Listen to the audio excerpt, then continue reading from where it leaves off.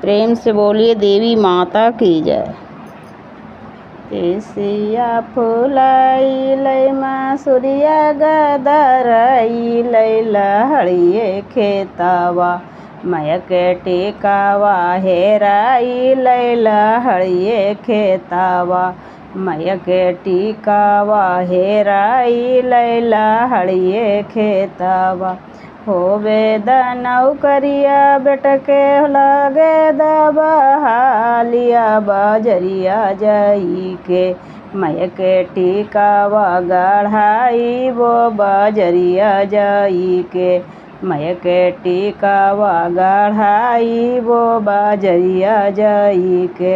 होवे दनौ करिया बेटके होवे दबहालिया बजरिया जाई के मयक टिकावा गढ़ाई वो बजरिया जाई के तेसिया फुलाई लय मासुरिया गदराई लैला हड़िए खेतावा मयक कुंडल भुलाई लैला हड़िए खेतावा मयक कुंडल भुलाई लैला हड़िए खेतावा लगे दनौ करिया बेटिके होवे दबहालिया बजरिया जाई के मयक कुंडल गढ़ाई वो बजरिया जाई के मयक कुंडल गढ़ाई वो बजरिया जाई के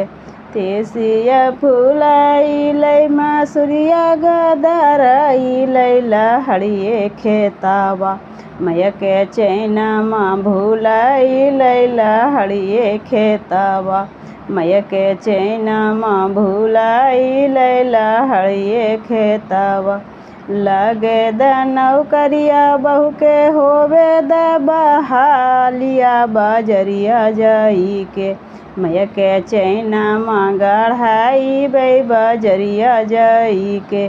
मयक चैनमा गढ़ाई वो बजरिया जाई के तेसिया फुलाई लो मासुरिया गदराई लो लहड़िए खेतावा मयक पैलावा भुलाई लैला हड़िए खेतावा मयक पैलावा भुलाई लैला हड़िए खेतावा होवे दादा मादा जी के लगे दनौ करिया बहलिया होके न तोहर पैलावा गढ़ाई वो बहलिया होके न